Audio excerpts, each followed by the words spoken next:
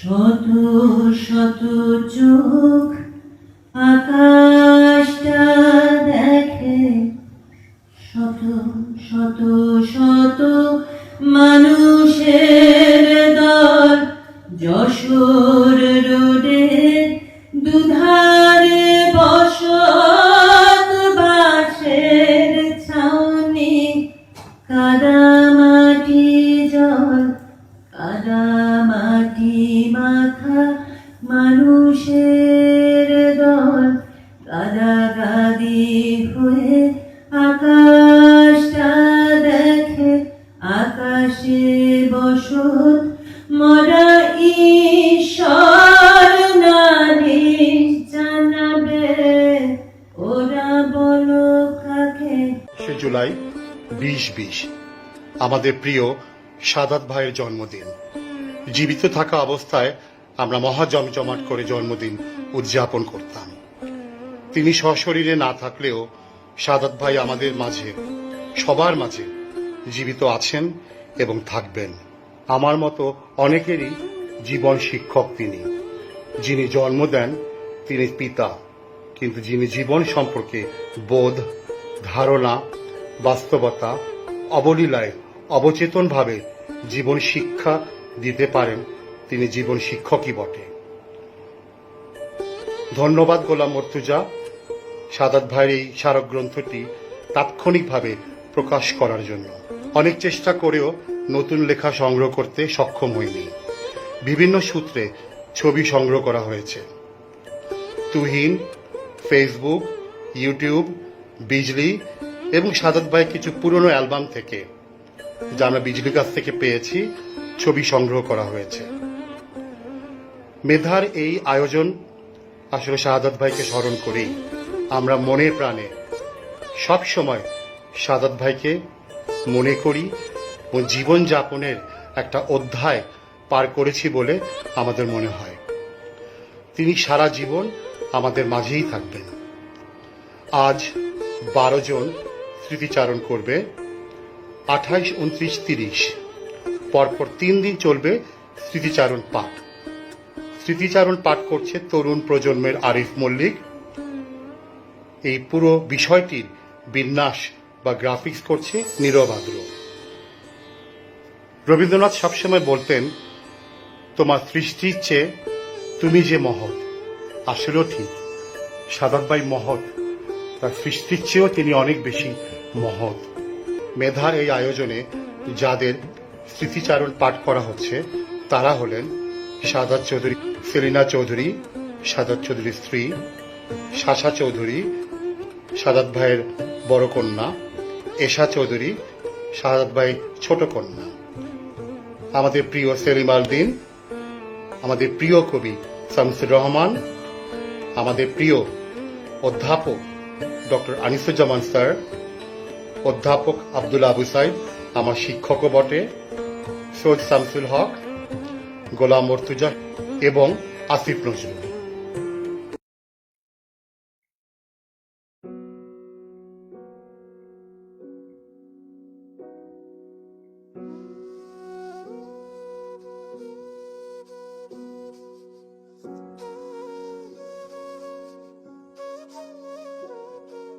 যদি ভুলে যাই শাহাদত চৌধুরী। একটি প্রশ্ন পরিচিত জন, বন্ধু বান্ধব ও সহযোদ্ধারা করে থাকেন। আমি যুদ্ধ সময়ের কথা লিখছি না কেন?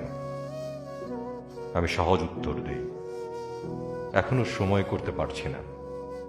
উত্তরটা মিথ্যা নয় পুরোপুরিভাবে।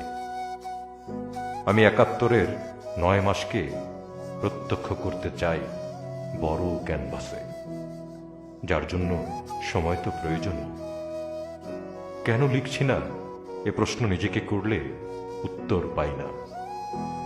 তখন আবারও প্রশ্ন জাগে, যদি ভুলে যাই, ভুলে যাওয়া কি সম্ভব? এই দুটো প্রশ্নের প্রথমটির উত্তরে বলি, আমি তো ঘটনাক্রম থেকে বেরিয়ে আসতে পারলাম না। অতীত দেখার জন্য প্রয়োজন একটি প্রেক্ষিত, পূর্ণাঙ্গ দৃষ্টিকোণ। কিন্তু গত 25 বছরের ঘটনাবলিতে যুদ্ধস্থিতি পেল না জাতির জীবনে। প্রশ্ন ওঠে যুদ্ধ নিয়ে, যুদ্ধের স্বরূপ নিয়ে, নেতৃত্ব নিয়ে। প্রশ্ন তোলা হলো শত্রু নিয়ে, যুদ্ধের মিত্র নিয়ে। এত বিতর্কে মুক্তিযুদ্ধটা সম্পৃক্ত হতে পারছে না জাতির অস্তিত্বে, থেকে যাচ্ছে স্মৃতি হয়ে, অতীত কথা হয়ে। দ্বিতীয় প্রশ্নের উত্তর হয় না, ভুলব না, এক ধরনের রোমান্টিকতা, আবেগ, যা হয়তো সত্যের চেয়ে বড়, সত্যের চেয়ে সত্য এবং সুন্দর। কিন্তু ঘটনার আবেগের শিকলে এক ধরনের বন্দিত্ব আছে। ঘটনার অংশীদারিত্বের থেকে জন্মে অধিকারবোধ, যা সময় ও ঘটনার ব্যাপকতা সামগ্রিকভাবে সংকুচিত করে। অধিকারিত্ব বোধ থেকে, প্রকাশ থেকে, ঘটনার সঙ্গে বসবাস করতে করতে নিজের অজ্ঞাতেই তা পুষ্পিত হতে থাকে নিজের ভেতর। স্মৃতিও আমাদের অবিনশ্বর নয়। লিখিত প্রকাশ না থাকলে সময়ে তার রূপান্তর ঘটে, পরিণত হয় রূপকে। সবার বয়স বাড়ছে। যুদ্ধের সময় যে যোদ্ধা ছিল সদ্য যুবক, তার বয়স কম হলেও 40-এর নিচে নয়। বয়সে স্মৃতি শিথল হয়েছে, অবলোকনের কেন্দ্র বদলে যাচ্ছে। চারদিক দেখলে শুনলে মনে হয় ৭১-এর যুদ্ধ যেন বিলুপ্ত প্রায় প্রজন্মের স্মৃতি নির্ভর লোকগাথা। মনে হয়েছিল সবই মনে আছে। হ্যাঁ, মনে আছে, যতটুকু মনে রাখতে চাই। এখানে আমি 4 জনের কথা ভেবে শুরু করে এখন বাদ দিতে যাচ্ছি, কারণ 4 জনের মধ্যে 3 জনের নামই মনে করতে পারছি না। ভুলি নাই, ভুলি নাই বিচিত্রা প্রথম ছাপে ৭৩ ও ৭৪ সালে। পরবর্তী পর্ব ছাপা শুরু হয় স্বাধীনতার 25 বছরকে সামনে রেখে ৯৫ সাল থেকে। প্রায় 13 মাস ধরে ছাপা হয়েছে অসংখ্য লেখা, যাদের অনুভব ছিল বা ছিল মনে রাখার মতো বয়স। তারা লিখেছে যা এখনো মনে আছে। চেনা অচেনা ঘটনার একই ঐক্যতান, যে ঐক্যতান সমগ্র জাতিকে একই সূত্রে বেঁধেছিল। যে ঘটনা এদেশের মানুষের কাছে, পরিবারের হৃদয়ে, স্মৃতিতে ছিল গোপনে, সে ঘটনা বিচ্ছিন্নভাবে ছাপা হয়েছিল সাপ্তাহিক বিচিত্রার পাতায়। ছোট ছোট বিচ্ছিন্নতার ভেতরে অনুভবের সিম্ফনি ছিল, যেন এক নকশি কাঁথার মাঠ। লক্ষ কোটি বার সিদ্ধ হয়েই জন্ম নেয় এক অসামান্য সুন্দর। এ সুন্দর নতুন প্রজন্মের জন্য আমাদের রেখে যাওয়া বিশ্বাস। নতুন প্রজন্মের গোলাম মুর্তজা অনেক ঘটনার কিছু ঘটনা সংকলিত করেছে। তাকে শুভেচ্ছা জানানো প্রয়োজন। ২১শে ফেব্রুয়ারি ১৯৯৭। ভুলি নাই, ভুলি নাই গ্রন্থের ভূমিকা হিসেবে শাহাদত চৌধুরী এই লেখাটি লিখেছিলেন। জীবনকে দেখতেন অন্যভাবে সেলিনা চৌধুরী। আমার বান্ধবী ডানা, ওরই বড় ভাই হিসেবে চিনতাম, জানতাম শাহাদত চৌধুরীকে। প্রাণবন্ত, জলি মাইন্ডেড একজন, আবার প্রচণ্ড ব্যক্তিত্ব সম্পন্ন। বন্ধুর ভাই, সেই হিসেবেই যতটুকু দেখা ততটুকুই। ডানাদের বাসায় গেলে বা ওদের বিয়ে শাদী বা অন্য কোনো অনুষ্ঠানেই দেখা হতো, এর বেশি না। আলাদাভাবে কখনো কোনো কথাও হয়নি, কিন্তু লক্ষ্য করতাম ওরা ভাই বোনরা কি নিয়ে যেন হাসি ঠাট্টা করত, কানাকানি করত আর হাসত। আমি ঠিক বুঝতাম না। আমাদের বিয়েটা ঠিক হয় অনেকটা হঠাৎ করেই, একটা মজার ঘটনা দিয়েই এর সূত্রপাত। ডানার বড় ভাই মোর্শেদ ভাইয়ের বিয়ে। ডানা আগে থেকেই বলে রেখেছিল বিয়েতে খুব মজা হবে, আমি যেন সব সময় তাদের সঙ্গে থাকি। একদিন আমরা সবাই মিলে মেয়ের বাড়িতে পাঠানোর জিনিসপত্রগুলো সাজাচ্ছিলাম। অনেক জিনিস দেখে আমি বললাম, বিয়ে করলে তো অনেক মজা, প্রচুর জিনিস পাওয়া যায়। কথাটা মুখ থেকে পড়তে না পড়তেই ডানা লুফে নিয়ে বলল, বিয়ে করবি আমার ভাইকে? তাহলে তোকে অনেক জিনিস দেব। আমাদের বিয়েটা দেন জাহানারা খালা, জাহানারা ইমাম। তিনি আমার গার্জিয়ানদের সঙ্গে, আমার বাবা ও মায়ের সঙ্গে কথা বলে বিয়ে ঠিক করেন। আমাদের এনগেজমেন্টটা হঠাৎ করেই হয়। জাহানারা খালা চেয়েছিলেন একেবারে বিয়েটা দিয়ে দিতে। 29 মার্চ ছিল রুমির জন্মদিন। খালা চাইলেন 29 মার্চেই আমাদের বিয়েটা হোক, কিন্তু শাহাদাত চাইল না। হইচই লাগিয়ে দিল, বলল, আম্মা, উনি জাহানারা খালাকে আম্মা বলে ডাকতেন, আমি এভাবে তাড়াহুড়া করে করব না, যা করব সুন্দরভাবে গুছিয়ে করব। পরে ওই 29 মার্চে আমাদের এনগেজমেন্ট হল। 1977 সাল ছিল সেটা। এরপর ওই বছরই 16ই অক্টোবর বিয়ে। অনেক গোছানো ও সৌন্দর্য প্রিয় মানুষ ছিল ও। বিয়ের আগে কয়েকটা মাস সময় নিল সুন্দরভাবে সবকিছু গুছিয়ে নেয়ার জন্যই। ঘর ঠিক করল, সেটা সুন্দর করে সাজিয়ে নিল। কি চমৎকার ছিল একটা মেয়ে তার নতুন সংসারে গিয়ে সব গুছিয়ে নেয়। আর আমি পেয়েছি সাজানো গোছানো চমৎকার একটা ঘর, একটা সংসার। সবই করেছিল ও নিজ হাতে। যদিও শাহাদত প্রথমে সিদ্ধান্ত নিয়েছিল সে বিয়ে করবে না, যে ভবঘুরের জীবন এভাবেই কাটিয়ে দেবে সারাটা জীবন।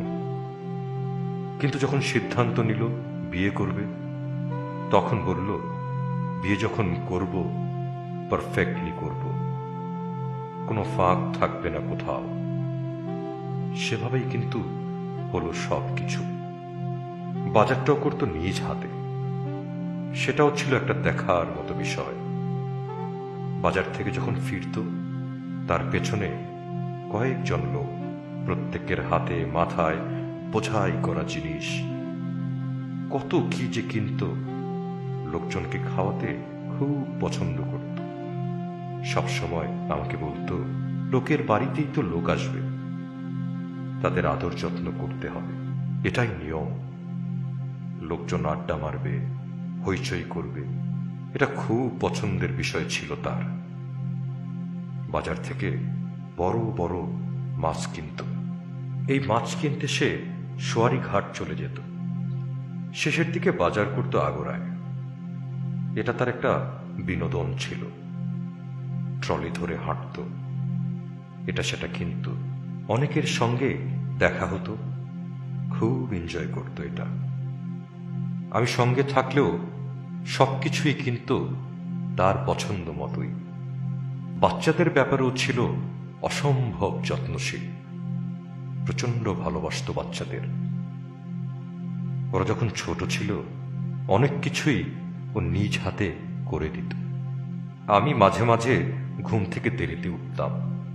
ও তখন এশাকে নিজ হাতে রেডি করে স্কুলে নিয়ে যেত। বলতাম, আমি নিয়ে যাই। ও বলতো, না, তোমাকে রেডি হতে হবে, অনেক ঝামেলা, আমি দিয়ে আসি। এভাবে অনেক কিছুই ও নিজ দায়িত্বে নিয়ে নিত। শাহাদাত চৌধুরীর সবকিছুই আমার ভালো লাগত। তার বিপরীতে কখনোই যেতাম না। সে যেটা ঠিক মনে করত সেটাই মেনে নিতাম। তার যেটা ভালো লাগতো সেটা করতেই আমি ভালোবাসতাম। অন্যরকম একটা মানুষ ছিল, জীবনকে দেখত অন্যভাবে, কঠিন জিনিসটাও সহজ করে নিত। জীবনে অনেক ঝড় ঝাপটা এসেছে, আমার মধ্যে বিশ্বাসটা এমনভাবে ছিল শাহাদাত চৌধুরীর ক্ষমতা আছে এটা মোকাবিলা করার। ও ঠিকই ম্যানেজ করে নেবে। আমাদের বাসায় পহেলা বৈশাখে একটা অনুষ্ঠান করার রেয়াজ চালু করল সাচো। অনেক বছর ধরে এই অনুষ্ঠান হচ্ছে। নানা রকম দেশি ফল, ইলিশ সহ নানা রকম মাছ, খই, মুড়ি, মোয়া, নানা রকম দেশীয় খাবারের আয়োজন করত। আমাকে ইলিশ পোলাও রান্না করতে বলতো, আমি করতাম। এটা চালু হলো, শাসার বয়স তখন 1 বছর। ওকে নিয়ে আমরা বটমূলে গেলাম, কিন্তু এত লোক দেখে শাসার সে কি কান্না। তখন আমরা বাসায় চলে এলাম। আমাকে নানাভাবেই সে খুশি রাখত। আমি মুখ কালো করে বসে থাকি, এটা সে কখনোই চাইত না। কোনো বিষয় নিয়ে রাগ হলে ওই আমার রাগ ভাঙাত, বলতো আমি এমনই, আমার উপর রাগ করে থাকা কি ঠিক? আমি আর রাগ করে থাকতে পারতাম না। অনেক ব্যস্ত থাকলেও আমাকে সময় দিত ঠিকই, খুব কেয়ার করত। সে চুপচাপ কোথাও বসে থাকতো, সেটা আমি পছন্দ করতাম না। তার দুরন্তপনা আমার বেশি ভালো লাগত। আমি তাকে দেখতে চাইতাম একজন হিরো হিসেবে। সে বসে থাক, এটা কখনোই চাইতাম না। এই কর্মঠ লোকটা শেষ সময় যেভাবে কাটালো, সেটা আমি কোনোভাবেই মানতে পারতাম না। শাহাদাত চৌধুরী যা কিছু ভালো, তার সব কিছুই পছন্দ করত। ভালো ছবি দেখা, বই পড়া, গান শোনা, বিশেষ করে গানটা খুব পছন্দ করত। আমরা বিয়ের পরপর অনেকটা সময় পার করে দিতাম শুধু গান শুনে। শেষ সময়টাও যখন সে একা থাকত, গান শুনেই সময় কাটাত। আর ছবি দেখায় প্রায়োরিটি পেত আর্ট মুভি। বেড়াতেও খুব পছন্দ করত, দেশে বিদেশের যে কোনো জায়গায়। আর সবচেয়ে পছন্দের ছিল আমাদের সঙ্গে সময় কাটানো। শাহাদাত চৌধুরী কিন্তু বুঝতে পেরেছিল সে আর থাকবে না। কিছুদিন আগেও বলেছিল আমি আর নেই। তাই সেদিন যখন বলছিলাম তোমার শরীরটা একটু ভালো হলে আমরা সবাই মিলে ইন্ডিয়া বা ব্যাংকক কোথাও ঘুরতে যাব, আমার কথা শুনে শাহাদাত চৌধুরী এমনভাবে হাসল, বোঝাই গেল সে হাসির অর্থ। ওই হাসি দিয়ে সে বুঝিয়ে দিল কেন শুধু শুধু বলছো এসব কথা। আমাকে অনেক ভালোবাসত শাহাদাত চৌধুরী, কিন্তু মুখে কখনো বলতো না। আমি বলতাম বলো না কেন? বলতো এটা কি বলার বিষয়? এটা তোমাকে বুঝে নিতে হবে, এটা তোমার মনে রাখতে হবে, বিশ্বাস করতে হবে। আমি সত্যি তারই অপরিসীম ভালোবাসা নিয়ে সুখে সংসার করে গেছি 28টি বছর। বাকিটা সময় কাটিয়ে দেব তার এই ভালোবাসা নিয়ে। বাবা, তোমার জন্য, শশাঙ্ক চৌধুরী। ধনধান্যে পুষ্পে ভরা আমাদের এই বসুন্ধরা। গানের লাইনে ঘুম পাড়াতেন বাবা। শাহাদাত চৌধুরী আমার বাবা, আমার গর্ব, আমার চেতনা, আমার বন্ধু, আমার পৃথিবী। বাবা আমাকে শেখাতেন কিভাবে মানুষকে ভালোবাসতে হয়, সম্মান করতে হয়। বাবা ভালোবাসতেন মানুষের মহত্ব, মানুষের মনুষ্যত্বকে। বলতেন মানুষ মানুষের জন্য। ছোটবেলা থেকে আমি গল্প শুনেছি যুদ্ধের, দেশের। আমার বাবার চোখের পানিতে দেখেছি মুক্তিযুদ্ধের ভয়াবহতা, চোখের আনন্দে দেখেছি সুন্দর বাংলাদেশ গড়ার স্বপ্ন। মুক্তিযুদ্ধের গল্পে মনে হয়েছে আমিও একজন যোদ্ধা ছিলাম। বড় হয়ে যখন স্কুলে কেউ শুনতেন শাহাদত চৌধুরীর মেয়ে, জিজ্ঞাসা করত, মুক্তিযোদ্ধা বিচিত্রার শাহাদত চৌধুরী? বাবাকে প্রশ্ন করতাম, তিনি কিভাবে জানেন তুমি বিচিত্রায় কাজ করো? তিনি হেসে বলতেন, আমি বলে এসেছিলাম। পরে বুঝতে পারি তিনি একজন বিখ্যাত ব্যক্তিত্ব। বাবার মন খোলা বইয়ের মতো, যা মনে হয় তাই করতেন। তার সব কথাই হয়তো সবাই লিখেছেন। মেয়ে হিসেবে আমিও কিছু জানাতে চাই। শাহাদত চৌধুরী আচার বানাতেন। চাচিরা বাবার কাছ থেকে রেসিপি নিতেন। কোরবানি ঈদ এলে তিনি তৈরি করতেন কোল্ড বিফ। আমাদের দু বোনের সঙ্গে কার্টুন দেখতেন। টম অ্যান্ড জেরি ও সিন্ড্রেলা তার পছন্দের। বাগান করতেন। আমার একটা ময়না পাখি ছিল, সেটাকে প্রতিদিন সকালে ছড়া শেখাতেন। ভোর হলো, দূর হলো। ময়না কথাটা শিখেছিল এবং প্রতিদিন সকালে বাবার গলার আওয়াজ পেলে সে ছড়াটা বলত। বাবা অনেক দেশ বিদেশ ঘুরেছেন। দেশ বিদেশে ঘুরে তিনি সংগ্রহ করেছিলেন মুখোশ। পারিবারিক জীবন তার সাজানো গোছানো সার্থক। বাবা শাহাদত চৌধুরী একটু অন্যরকম। বাবা আমার বন্ধু। একটা বন্ধুকে যা বলা যায় বাবাকে তাই বলতাম। তিনি শুনতেন, হাসতেন, নিজের কিছু সিক্রেটও শেয়ার করতেন। আমার হাজব্যান্ড সাইমন বিয়ের আগে থেকেই আমাদের পরিচিত। আমার পছন্দেই বাবা তার সঙ্গে আমাকে বিয়ে দিয়েছিলেন। আমাকে অনেক বুঝিয়েছেন, বন্ধুত্ব আর প্রেম এক নয়। প্রেম নাও থাকতে পারে, বন্ধুত্ব কখনোই শেষ হয় না। বন্ধু হও, প্রেম সেখানেই হবে। জীবনের অনেক কঠিন কথা বাবার মুখে খুব সহজেই শিখেছি। অনেক কথা বাবাকে নিয়ে বলার আছে। মনের মাঝে আমার অনেক কষ্ট লুকিয়ে আছে। এই কষ্ট বলার জন্য সবসময় বাবার কাছেই যেতাম। আজকে অনেক মিস করছি বাবা তোমাকে। প্রতিটা শব্দে বাবাকে মনে হচ্ছে। বাবা বলতেন, বাঙালিরা মিস করে না, কারণ বাংলা অভিধানে মিস এর কোনো অর্থ নেই। আমি বাবাকে মিস করব না, গর্ব করব। বাবা তুমি আমাদের সঙ্গেই থাকবে, আমাদের অহংকারে। চোখের দেখা, প্রাণের কথা সে কি ভোলা যায়? এশা চৌধুরী। আমি আগে থেকেই বলে দিচ্ছি, আমার লেখা ভালো নয়। আমি কোনো দিন লিখিনি। আমাকে 1 মাস আগে বাবা বলেছিলেন, মামুনি তুমি লেখো।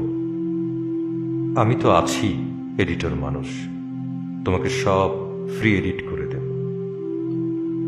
আমি বাবার সঙ্গে অনেক ঝগড়া করে আর লিখিনি, কিন্তু হঠাৎ এখন খুব লিখতে ইচ্ছে করছে, তাই কলম নিয়ে বসলাম।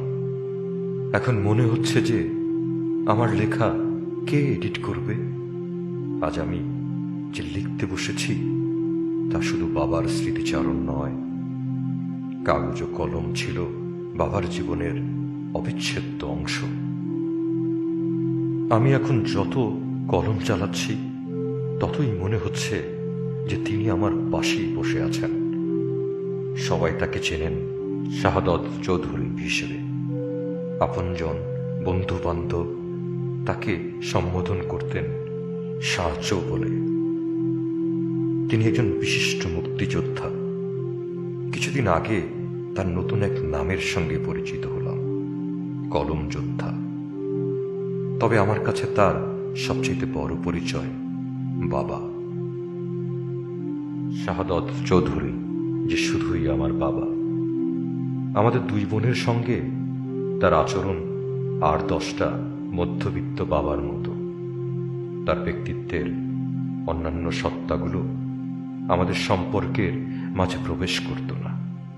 আমাদের সঙ্গে তিনি খুবই প্রিয় বাবা। বাবার সঙ্গে আমার জীবন জড়িয়ে আছে নানান কথায়, গানে, ছন্দে ও ঘটনায়। সেখান থেকেই তুলে ধরছি কিছু কিছু টুকরো ছোট ঘটনা। প্রতি সকালে আমাকে ঘুম থেকে তুলে স্কুলের জন্য তৈরি করে দিতেন। এমনিতেই তার স্বভাব ছিল খুব ভোরে ঘুম থেকে ওঠা। ছোটবেলায় সকাল 7টায় গান গেয়ে আমার ময়না পাখিটা কই, আমার টিয়া পাখিটা কই, সকাল হয়েছে আমার পাখিটা ওঠো, নিজের কথায় ও গানে তুলে দিতেন।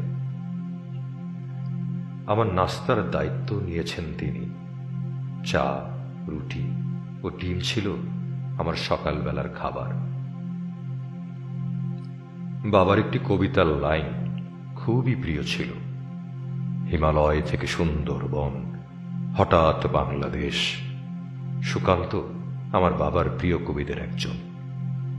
এই কবিতা আবৃত্তি করে যতবার শোনাতেন ততবারই গলা ভারী ও চোখ ভিজে যেত তার।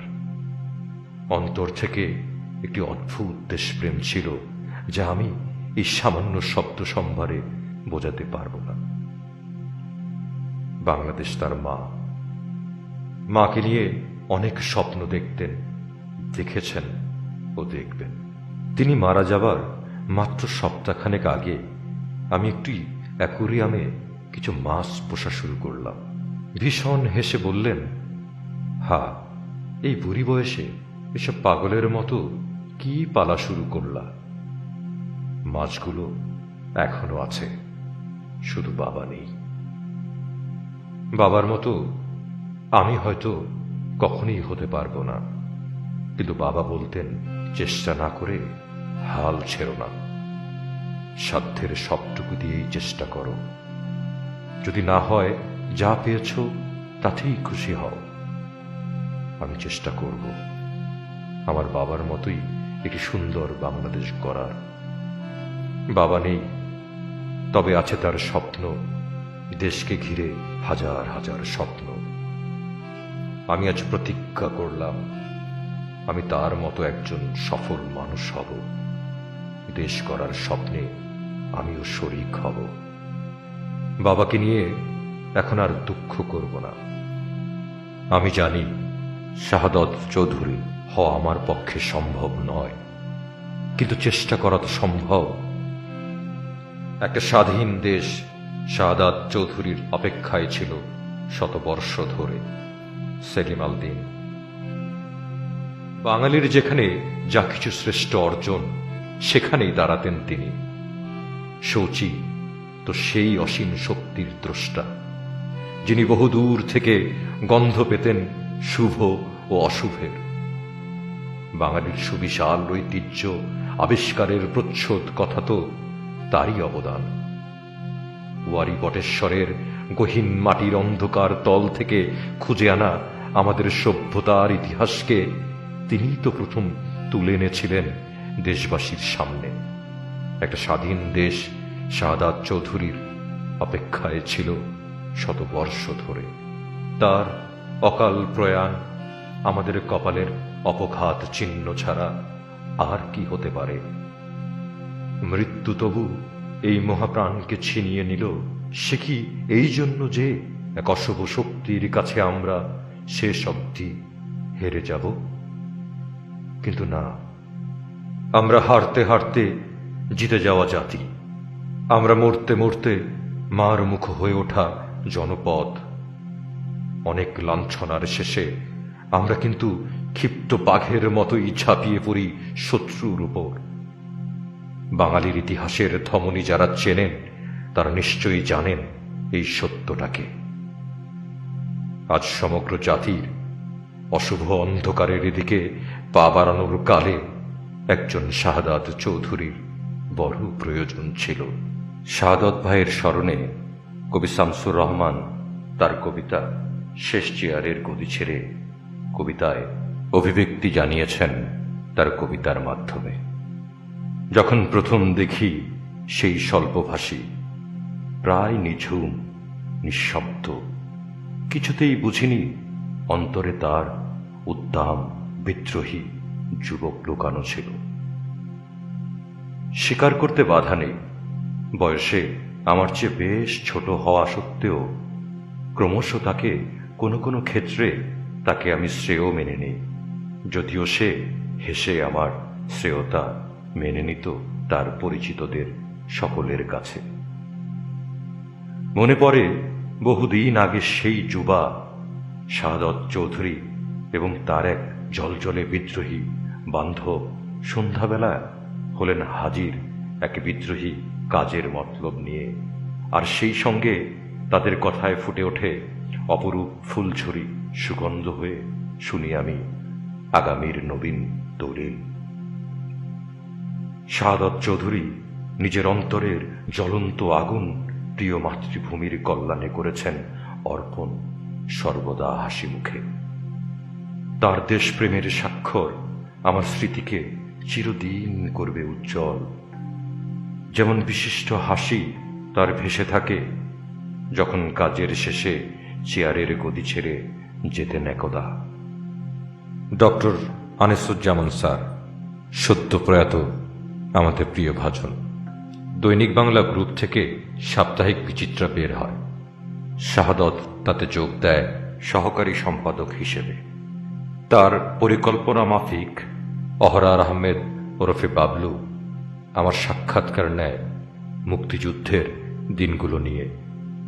তাতে বলেছিলাম, আত্মরক্ষা করতে গিয়ে মুক্তিযুদ্ধের সঙ্গে জড়িয়ে পড়ি আমরা অনেকে।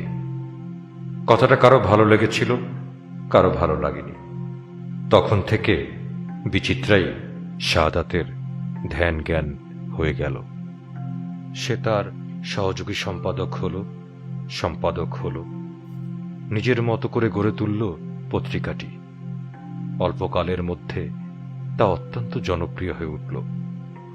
শাহাদাত ভেবে চিনতে অনুসন্ধানী প্রতিবেদন ছাপাতে লাগল প্রচ্ছদ কাহিনী রূপে।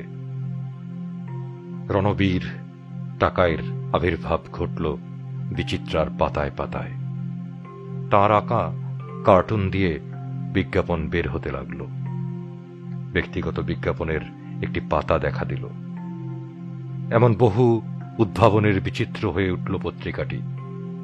বিচিত্রা শুধু বিনোদন পত্রিকা নয়, সমাজ সংস্কৃতি বিষয়ে উল্লেখযোগ্য কাগজ হয়ে উঠল। শুধু জনপ্রিয় হল তা নয়, জনমত গঠনেও কার্যকর ভূমিকা রাখল। সিরিয়াসনেস ও বিনোদনের যুগল বন্ধন। আব্দুল্লাহ আবু সাইদ। ৬০ দশক যুগের মানুষ শাহাদত চৌধুরী এবং আমরা প্রায় একই বয়সের ছিলাম। তখন তিনি ছিলেন আর্ট কলেজের ছাত্র এবং কবিতা প্রেমিক। গ্রিক ম্যাথোলজিতে আছে কবিতা প্রেমিক এবং চিত্রকলার দেবী হচ্ছে দুই বোন।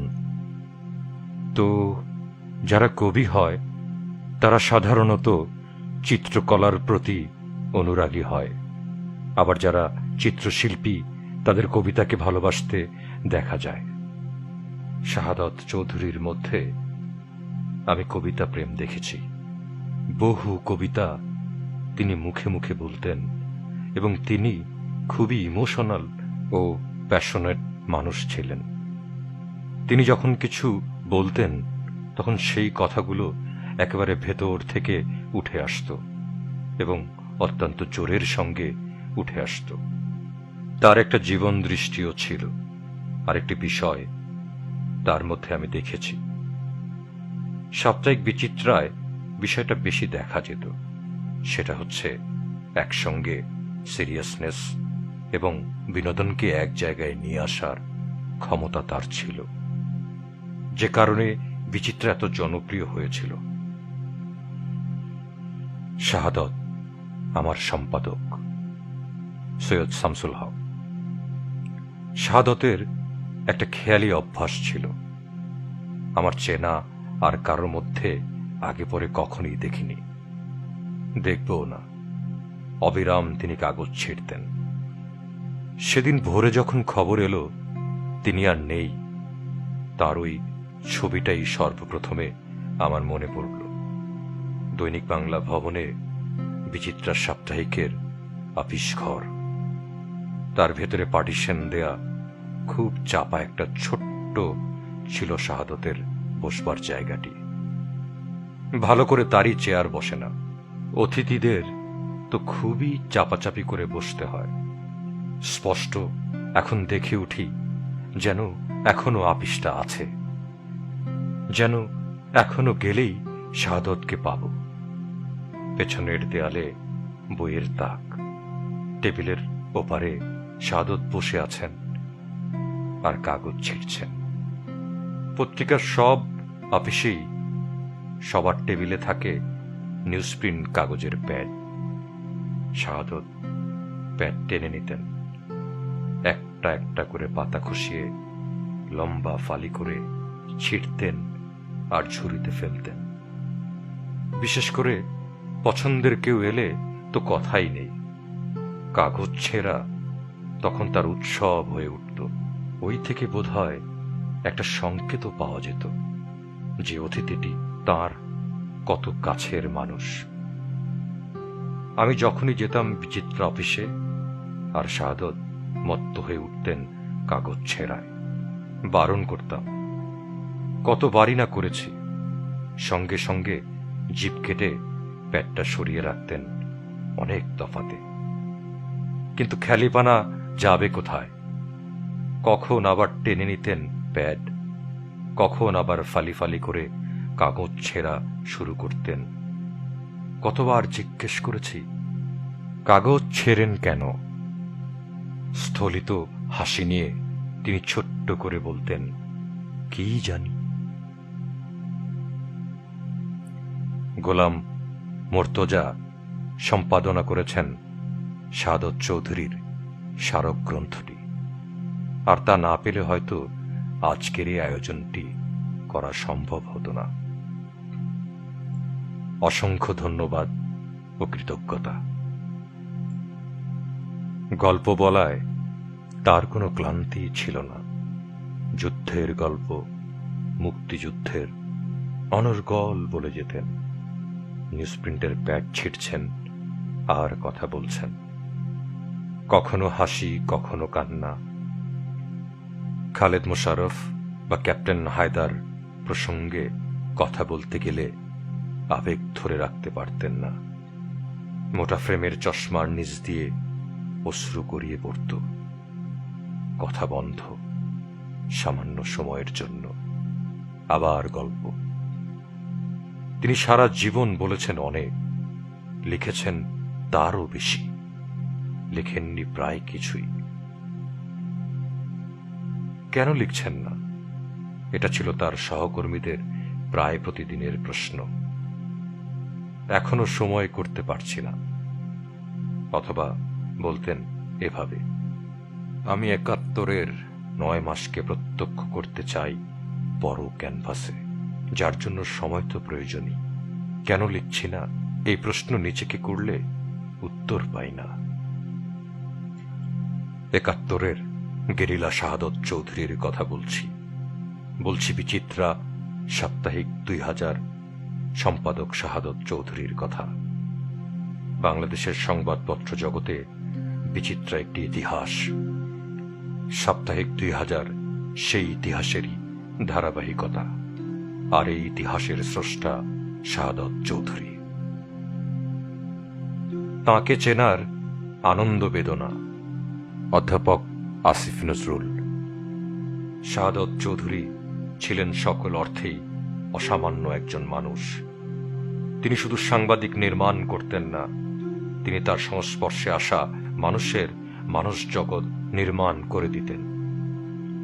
শিক্ষকের মতো নীতিবাক্য শুনিয়ে নয়, কৌশলী বাকচাতুর্যে নয়, খুব নির্দিষ্ট কোনো লক্ষ্য নিয়ে নয়, তিনি তার মতো করে গল্প করতেন।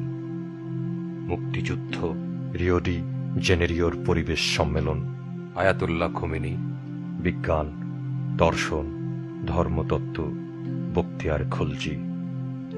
কোথা থেকে কোথায় যেত তার গল্প। শিক্ষা ব্যবস্থা নিয়ে গল্প করতে করতে তিনি ব্ল্যাক হোল কি তা বলতে থাকতেন। ঢেউ টার্নারের মিডিয়া সাম্রাজ্য থেকে কখন যে তিনি লালন গীতির আলোচনা শুরু করতেন। তিনি রবীন্দ্রনাথকে জানতেন, ফররুখ আহমেদকেও, আনা ক্যারেনিনা নিয়েও বলতেন, আলবেয়ার কাম্য নিয়েও। নদী ভাঙন কেন হয় তাও ব্যাখ্যা করতে পারতেন। নতুন শহর কিভাবে হয় তাও নাগরিকদের বোঝাতে পারতেন। কোনো কোটেশন না, অন্য কারো ব্যাখ্যা না, কোনো দুর্বেদ্য শব্দচয়ন না। তিনি বলতেন নিজের ভাষায়, একেবারে নিজের ব্যাখ্যায়। তিনি তরুণদের সাথেই গল্প করতেন বেশি। গল্প শুনি, চা খাই, আর শাহাদত চৌধুরীর সামনে সিগারেট টানি। কেমন করে কখন যেন দেখি বদলে গেছে আমার সকল জীবন ভাবনা, দেখার দৃষ্টিভঙ্গি, প্রকাশ করার ধরন। ম্যাজিস্ট্রেট হিসেবে চাকরি হয় আমার। যাব না কি যাব না তাকে জিজ্ঞেস করি। তিনি অবলীলায় বলেন, ইচ্ছে হলে যাও, খারাপ লাগলে আবার বিচিত্রায় চলে এসো। তাকে ছেড়ে থাকা যেত না কোথাও। 30 দিন পর আবার চলে আসি বিচিত্রায়। ঢাকা বিশ্ববিদ্যালয়ে চাকরি হলে থেকে যাই বিচিত্রার প্রদায়ক হিসাবে। লন্ডনে পড়তে গেলে লন্ডন প্রতিনিধি হয়ে জুড়ে থাকি বিচিত্রায়। তাকে কখনো বলিনি বিচিত্রায় ও পরে সাপ্তাহিক 2000-এ কোনো না কোনোভাবে থাকা ছিল আসলে তার সঙ্গে থাকার জন্যই, তার পৃথিবী দেখার জন্যই, তার আশেপাশে থেকে নিজেকে সমৃদ্ধ করার উদ্দেশ্যই।